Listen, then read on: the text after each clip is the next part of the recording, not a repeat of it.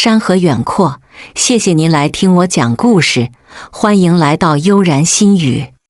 嫁进豪门的第3年，我看见丈夫抽屉里的离婚协议，于是我直接摆烂。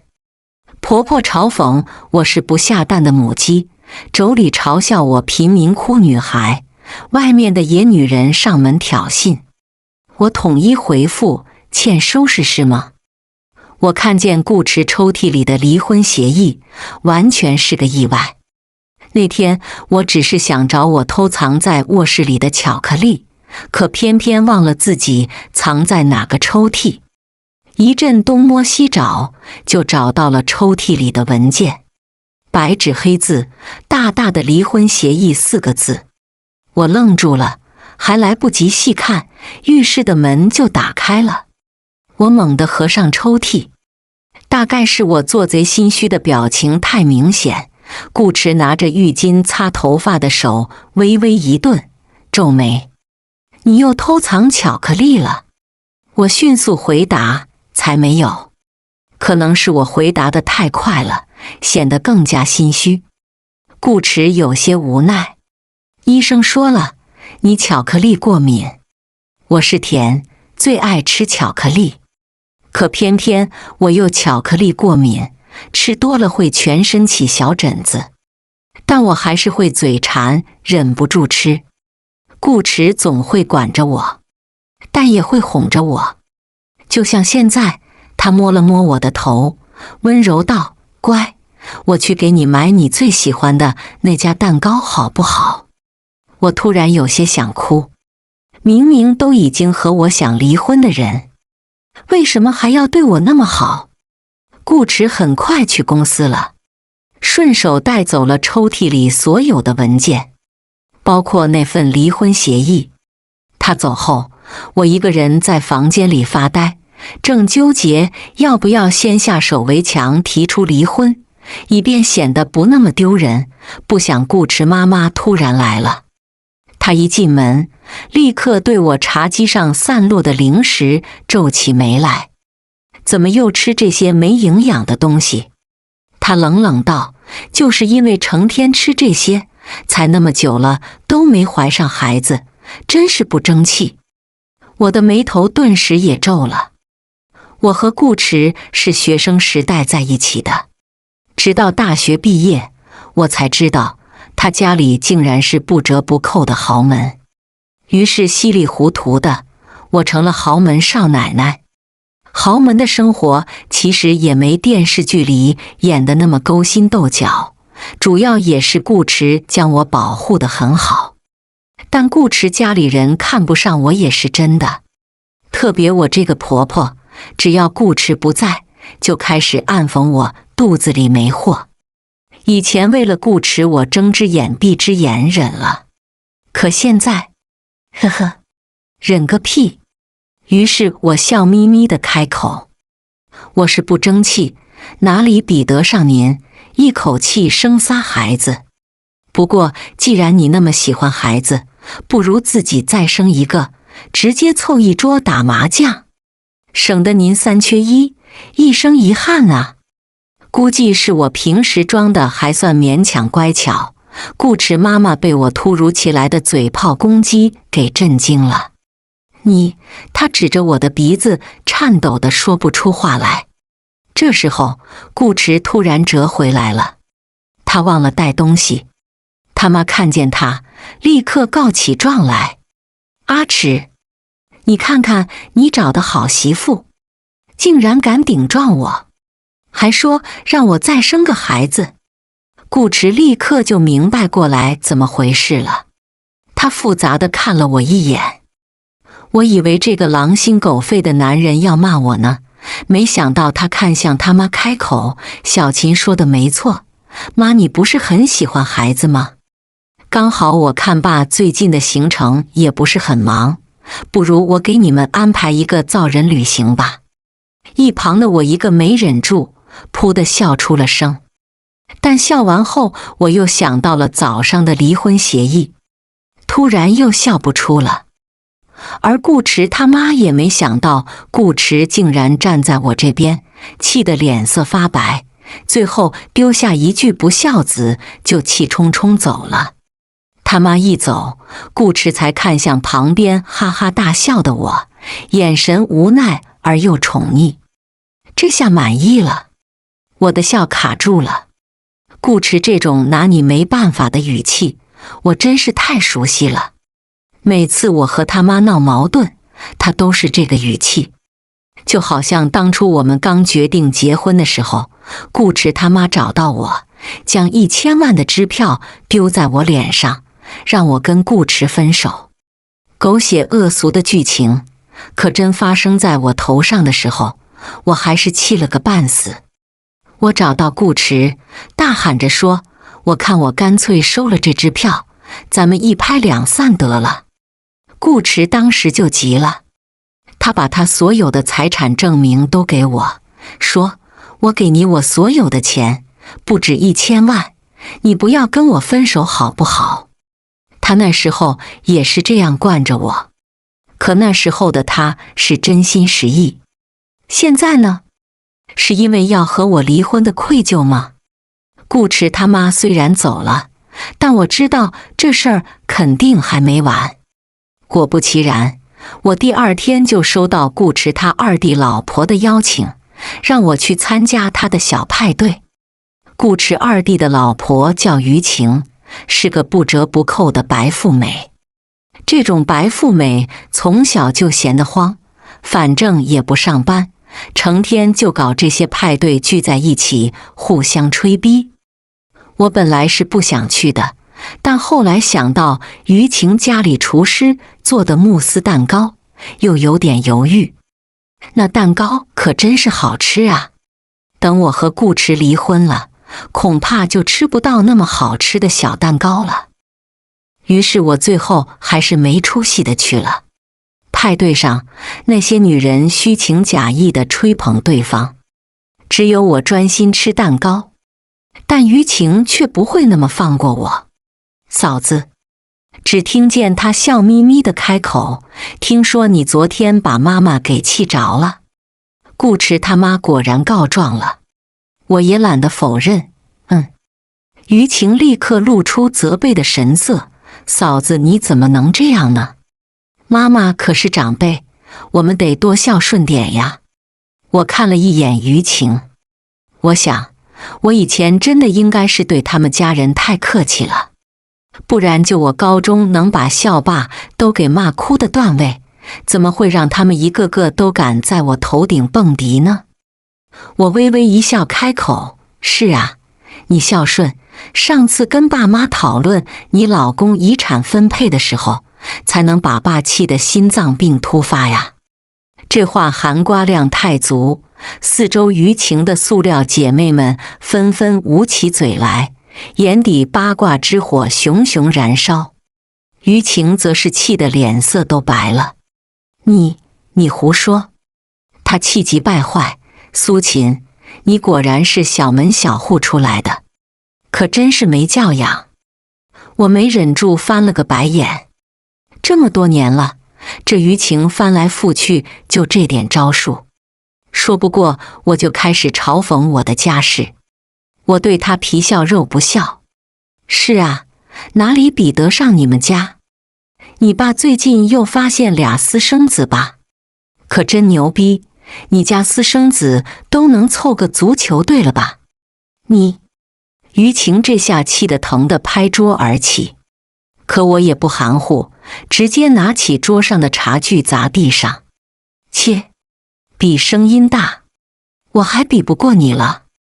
我这茶具一砸，于情才吓坏了，往后一退，捂住胸口。我的心，于情有点心脏病，没医生证明，他自称的那种。以前他每次吵不过我，就会来一个心脏疼，可我这次却不打算给他发挥的空间。于是我抢在他之前，率先抓住脖子，往地上一倒，惊呼：“我好像呼吸不上来了，这蛋糕里是不是有巧克力？”说着，我看向于情，瞪大眼：“于情，你想谋杀我？因为我的演技过于逼真，我直接被送去了急诊。于晴陪着我一起，一到医院，她就紧张地看着医生。那个医生，我大嫂没事吧？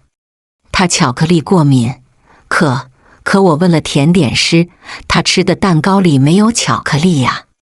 看着她这脸色发白的害怕样子，我不由得翻白眼。就这点心理素质，还成天在我面前蹦跶呢。这一边医生也已经给我做完了检查，开口安慰于晴，别担心，顾夫人没有过敏反应，一切都好。没过敏？这下换于晴愣住了，她终于反应过来什么，对着病床上的我怒目相视。苏秦，你耍我？面对于晴的质问，我却是满脸淡然。啊，我竟然没过敏！我摸着自己的喉咙，假装很震惊的样子。那可能是最近空气质量不太好，嗓子眼有点疼吧。嗨嗨，我从容的谎话张口就来，把于晴给彻底气死了。你这个穷光蛋女人，大哥真是瞎了眼才看得上你。他指着我的鼻子骂，就你这种女人，大哥总有一天会抛弃你。我原本正专心致志地躺在床上装柔弱呢，突然听见于晴这话，我脸色才难看起来。我猛地站起来，一把抓住于晴那正指着我鼻子的手，冷冷开口，于晴，你再说一遍。于晴估计真是被我气死了，都顾不得她平日那套淑女做派，继续大喊，我说你会被大哥抛弃，会被离婚。会。于晴这次话都没说完，我直接给了她一巴掌，啪的一声，又脆又响。于晴被扇懵了，紧接着她回过神来，尖叫起来，苏秦，你竟然敢扇我！你怎么敢？他为什么不敢？于晴尖叫的话还没说完，我也还没机会狠狠对回去。一道冰冷低沉的嗓音就先从病房门外响起。我和于晴齐刷刷地抬头看去，就看见是顾迟来了。不仅如此，顾迟身后还跟着他二弟，也就是于晴的老公顾恒。于晴脸上最后一丝血色瞬间褪去。大哥，老公，你们怎么来了？顾迟却没理他，他只是走到我床边，低头看我，没事吧？我其实不太想见这个要跟我离婚的臭男人，但到底在于晴面前，我还是得把戏做圈套。于是我又虚弱地咳嗽2声，嗨嗨，是不太舒服呢。顾迟眉头立刻皱起，他依旧不理会于晴，只是冷冷看向身后的顾恒，你妻子就是这样对我妻子的。顾恒这下吓得脸色也白了，他赶紧一把抓住身边的于晴斥责，你看看你，大嫂就是去你家喝个下午茶，怎么会变成这样？于晴好无辜啊，我真的什么都没做，是苏秦他在演戏，他，行了。顾恒赶紧阻止于晴说话，继续紧张地看向顾迟，大哥这次的事都是误会，请你，这一次美涵的案子是你在负责吧？顾恒的话还没说完，就被顾迟轻飘飘地打断，只听见他继续说，你不用负责了，我会交给小林。大哥，顾恒的脸色这下是真变了。但顾迟再一次打断他，这一次只是一个案子，再惹到小秦身上。顾迟脸色更冷，声音带着压迫，我拿走的可就是你手里的股份了。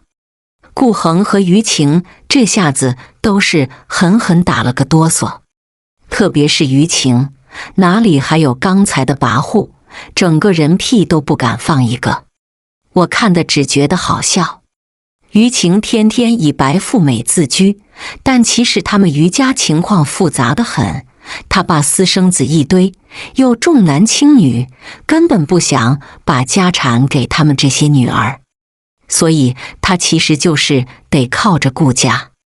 而顾家早就是顾池说了算，不然顾池当初也不可能顶着爸妈不同意娶我过门。也就是我以前不想烦顾池，懒得和他一般见识，不然他也真没啥资本在我面前蹦跶。于情很快被顾恒灰溜溜地牵走了，他俩一走，顾池才低头看我，神色柔和下来。出气了？我没吭声。顾池似乎以为我还在生于情的气，语气更无奈，怎么那么生气？以前你不是都懒得和于情计较吗？我突然不知道怎么回答了。其实我也不知道自己为什么那么生气。以前于情在我面前叭叭叭的，我都当个麻雀在叽叽喳喳。可今天，当他说到顾池会抛弃我的时候，我竟然莫名其妙的很生气。好像自从看见顾池离婚协议后，心里一直憋着的一股气，一下子爆发了一样。我颓废地低下头。我想，我其实还是舍不得和顾池离婚的。从医院回家后，我做了个梦，梦见了当初顾池和我求婚的时候。那时候的我，刚知道他是含着金汤匙出生的大少爷。加上看多了狗血豪门电视剧和虐文，我特没安全感地问他：“你会不会有一天抛弃我呀？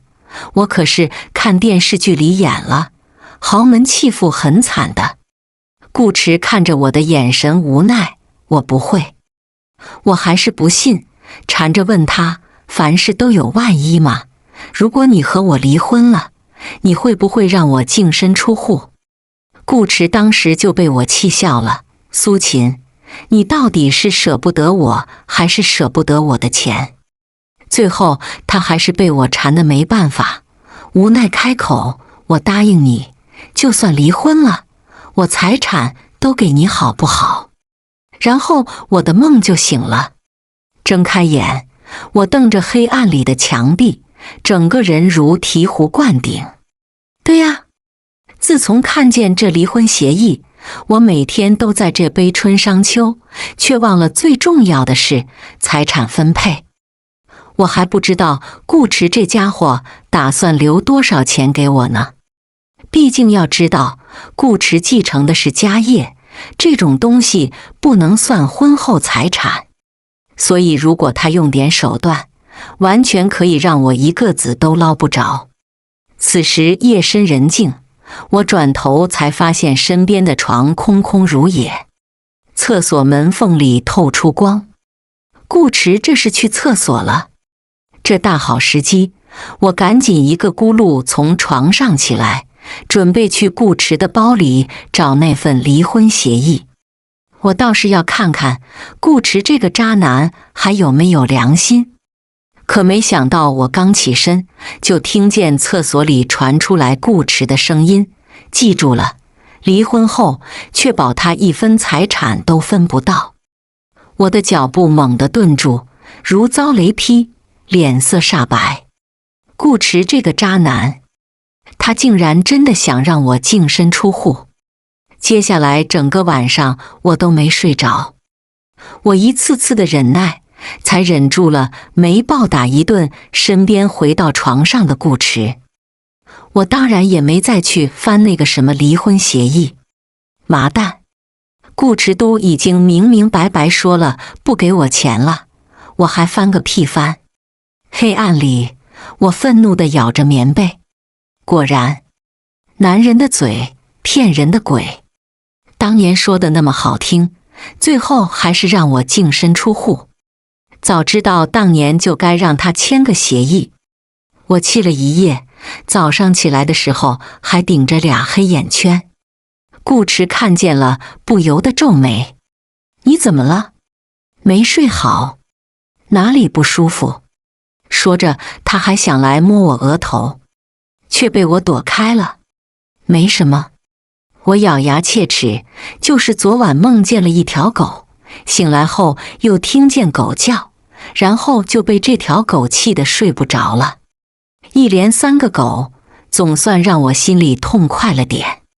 顾驰眉头却是皱得更紧了，他想继续追问，可外面的司机已经催促，他只能起身，在家好好休息，回来我们聊聊。顾驰离开后，我气得出去一阵血拼，反正离婚了，我1分钱都分不到，先刷爆你的卡再说。当我狠狠买了好几个包，我终于冷静一点了，也终于有心情思考顾驰到底为什么要和我离婚。说实话，顾驰对我一直很好，我实在是想不出他为什么要和我离婚。难道说他是在外面有人了？我一边思索着，一边走向爱马仕，不想这时候，一道声音突然从我身后响起：“苏秦。”我转过头，就看见一个波浪长发的大美女站在我面前，我眼睛瞬间亮了，不可置信地大喊：“洛慈欣！”不怪我那么激动，主要是因为眼前的这个大美女正是我最喜欢的女演员，如今最红的人气小花洛慈欣。我从念书的时候就是她的死忠粉，那时候的她还是刚出道没多久的人气小花，我就给她打榜做数据。后来我有钱了，就开始给她花钱买代言，一步步看着她变成如今的女顶流。说我是她的死忠粉也不为过，只是我这人懒又怕人多，所以不太追线下。所以这还是我第一次这么近距离看见我的爱豆，我能不激动吗？可我还没来得及冲上去要个签名、合影、握手3件套，洛慈欣就已经双手抱胸，对我冷冷开口道：“你是顾总的妻子。”我愣了一下，洛慈欣说的顾总，很显然就是顾驰了。我不太明白洛慈欣怎么知道我老公是谁，但我还是诚实的点头。我是。洛慈欣眼底顿时闪过浓烈的敌意。呵，果然是和传闻中一样姿色平平。他冷笑着挑眉：“我今天来就是要告诉你，顾总真正爱的是我，你赶紧退出吧。”我懵逼了，我万万没想，我刚才还在想到底是不是有什么小狐狸精勾走了顾驰的心，这小狐狸精就立刻找上门了。哦，不对，人家还不是小狐狸精，而是魅力四射的大明星，是把我的魂儿都勾走的那种大狐狸精。我突然想到，顾驰从来不关注娱乐圈，以前连洛慈欣是谁都不知道，还是我每天拿着洛慈欣的各种视频和美照跟他安利？不是吧？我喃喃自语，我这是自己促进自己被绿了。你在叽里咕噜什么？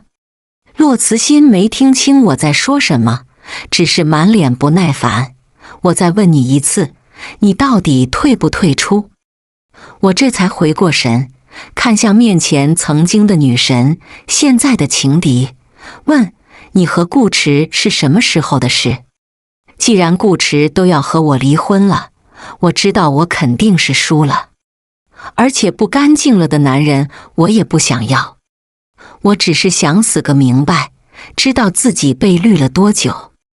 洛慈欣听见我的话，一甩长发，语气更得意起来：你问顾总爱我多久了？哼，当然是我刚出道的时候他就暗恋我了。我脸上的悲伤逐渐变成懵逼。洛慈欣刚出道的时候，那时候我都还不认识顾驰啊。可顾驰那时候就喜欢洛慈欣了？不可能吧？这剧情太匪夷所思，我忍不住脱口而出：不可能吧！骆慈欣听见我这话，还以为我是不愿意接受顾迟爱他的事实，冷笑一声：你不相信是吧？那你自己去看看，我的经纪公司可都是被顾总收购了。不仅如此，他还投资了好几个大制作给我拍。你说他这不是爱我是什么？我又一次懵逼了，但这一次却不是因为震惊骆慈欣说的这些，相反的，我其实早就知道了骆慈欣说的这些事，因为他说的什么买经纪公司，还有投资大制作给他演，都是我干的呀。之前骆慈欣的经纪公司不作为，资源私不到，代言没逼格，造型拉垮。我们骆慈欣的粉丝好几次抗议都无效，最后作为骆慈欣头号粉丝的我怒了，直接让顾迟把手下娱乐圈的公司给我。我一顿操作猛如虎，整改骆慈欣的经纪公司，把女神从垃圾团队中解救出来，走上大制作巅峰。可这些怎么成了顾迟做的？估计是我懵逼的表情太明显，骆慈欣似乎以为我是受刺激了，整个人得意的鼻孔都快翻上天了。怎么样？没想到顾总对我那么好吧？他捋了捋耳边的碎发，满脸胜利者的姿态。那我再告诉你一个更刺激你的，顾总其实早就是我的粉丝了。我粉丝榜第1的氪金大佬秦心就是顾迟。你问我怎么知道的？当然是我通过给我们后援会打钱的账号，发现是顾氏旗下。哈哈，你妒忌的傻眼了吧？我是傻眼了，但却不是因为嫉妒，而是因为错愕。因为骆慈欣说的那个榜1大佬秦心就是我呀。他查到的转账记录的确是从顾氏底下的账户上走的，但那是因为我是顾迟老婆呀。我花老公的追星有问题吗？骆慈欣还在那继续得意。怎么样？说不出话了吧？我就告诉你，顾总他对我情根深重，已经，这是什么玩意儿？这一次骆慈欣话还没说完，就被我打断了。只见我直接拿出手机，对准骆慈欣的脸，真诚开口：这是我的主页，你瞧瞧。此时给我骆慈欣看的，正是我的微博主页，明晃晃的秦心2字，还有那6年的签到记录。骆慈欣震撼了，他脸上的得意终于变成惨白，他哆嗦着嘴唇看着我，似乎终于明白过来什么。你才是秦心？是啊，我点点头。那骆慈欣到底不是傻子。也立刻反应过来另一件事，我的经纪公司难道也是？没错。我又点点头，买经纪公司还有什么投资大制作，都是我做的。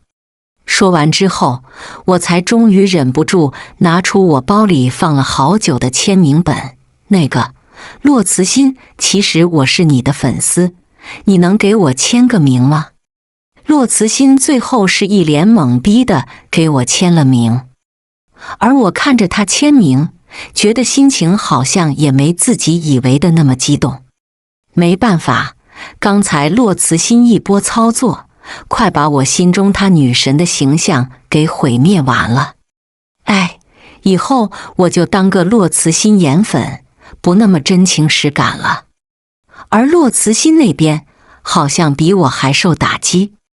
正当他签完名，失魂落魄，灰溜溜的准备离开，我才想起什么，问他：对了，骆慈欣，你刚才跟我说顾迟爱你，就只是因为你以为他是你的粉丝秦心，还以为他买下你经纪公司？你俩现实中没什么接触吗？听见我的问题，骆慈欣脸上闪过浓浓的窘迫。没有，我和顾总并不认识，我之前只是以为他对我……话说到一半，骆慈欣脸都尴尬的红了，没说下去。但我还是给彻底听明白了。所以顾迟和骆慈欣的确没什么，只是骆慈欣自作多情了。所以顾迟想跟我离婚，也不是因为骆慈欣。那到底是因为什么？骆慈欣这一边很显然是觉得和我多待一会都尴尬，立刻转身准备走。可走之前，他还是没忍住，转过头不甘心地看了我一眼，开口：“苏秦，你命也太好了吧，竟然能找到顾总那么好的老公。”我知道骆慈欣这是看在我是他的大佬粉丝的份上，这才嘴下留情的。他其实想说的是，就你也配得上顾迟。其实这问题很多人都明里暗里地问过我，连我自己都问过顾迟，为什么选我？我好想配不上你啊。顾迟听了却很无奈，他问我：苏秦，以前不知道我的家世的时候，你有觉得你自己配不上我吗？我摇摇头。那时候的我们在大学里属于都很优秀的那种，旗鼓相当，大家都说我们般配。可自从知道了顾迟的身份后，我们就变成了不般配。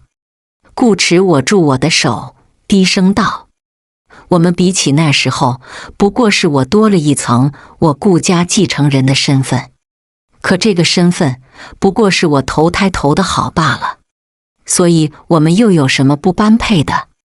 顾迟说的是这般真诚，也是因为他给我的底气。这些年，哪怕那么多人说我们不般配，那么多人嘲笑我出身平凡，我也从未真的觉得我配不上他。可现在，我的底气好像没有了。骆慈欣说完这番话就离开了，但我的心却是乱糟糟了，因为我想到了顾迟曾经的好，他曾经那么好，才让现在的我越发不甘心。他到底为什么突然变了呢？不甘心之下，我让司机把我买回来的东西送回家，自己却是前往了顾林家。顾林是顾迟的三妹，她也是我在顾家唯一的朋友。她和她那个妈妈和二嫂不一样，从不嫌弃我的出身，反而和我非常聊得来。我现在就是要找她去问问，她知不知道她哥到底为什么变的心。不过我虽然和顾林关系好，但毕竟顾迟也是他亲哥，我肯定也不能直接上去就问你大哥是在外面有狗了吗？我得迂回地打探一下。于是我一路上都在酝酿如何开口，可没想到来到顾林家的别墅，我还没来得及发挥我准备好的副稿呢，就听见里面一阵叫骂：顾林，你这个贱人，把钱都给冻结了是不是？那你就把给你的那些珠宝给我拿去典当。我立刻认出来，这是顾林的那个人渣老公方书恒。我顿时也顾不得什么顾迟了，立刻快步冲进去。我经常来顾林家，因此他们家佣人也不会拦着我。我立刻冲进客厅，就看见方书恒竟然正在扇顾林巴掌。顾林被扇得摔在地上，我瞬间怒了，我直接冲上去，二话不说，抓住方书恒就一个过肩摔。别小看我，我其实从小就学的空手道，而方书恒这渣男早就已经纵欲过度，身体亏空，哪里会是我的对手？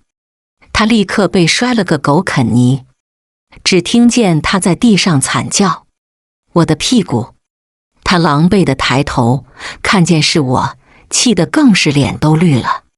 苏秦，你竟然打我！打的就是你这个渣男！我毫不犹豫，又是一脚踢在他屁股上，赶紧给我滚出去。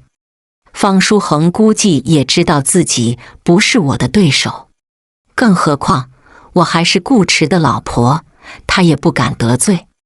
最后他只能骂骂咧咧地走了。我赶紧去扶起来顾林，小林，你没事吧？只见顾林的脸都被打肿了，嘴角还有血，但他看上去却没很难过的样子。他只是看见我有些震惊，嫂子，你怎么来了？你别管我了。此时的我哪里还有心情去管什么顾迟变心不变心的，我只是着急地问，倒是你，怎么回事？你保镖呢？怎么就让方书恒那个渣男欺负你？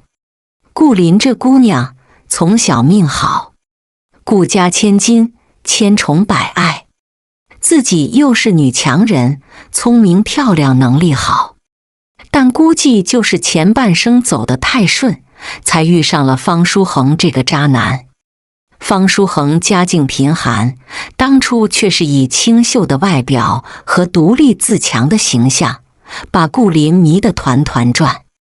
顾林不顾家人的反对和他结婚，可结婚后没多久，他就露出了丑陋的真面目，成天就知道跟顾林要钱，骂骂咧咧，完全是把顾林当提款机。顾林其实早就想和他离婚了，但因为顾林是婚后继承的家族股份，算是婚后财产，他又不甘心那么便宜方书恒，这才耽搁到现在。但以前顾林有保镖，又是顾家的大小姐，何书桓除了闹着要钱，也不敢怎么样。可今天也不知道怎么回事，保镖竟然都不在，方书恒竟然敢对顾林动手。顾林不在意的笑笑，没回答我的问题，只是问，你找我什么事？顾林再三问我，但我被刚才那么一打断，却不知道该怎么开口了。我最后只能大手一挥，我们去喝酒吧。我和顾林到酒吧，好几杯烈酒下肚，我终于打开了话匣子。呜，小林，你说这顾迟为什么要和我离婚？他明明说一辈子会对我好的。而另一边的顾林却是没办法回答我的问题了，因为他也喝醉了。他只是在空中不断地挥舞拳头，一边大骂着方书恒，你这个渣男，揍死你，我揍死你。我和顾林这一场酒最后喝了个寂寞，鸡同鸭讲，没得到任何有用信息。我醉醺醺地回到家，睡了个昏天黑地，第二天是被手机铃声吵醒的。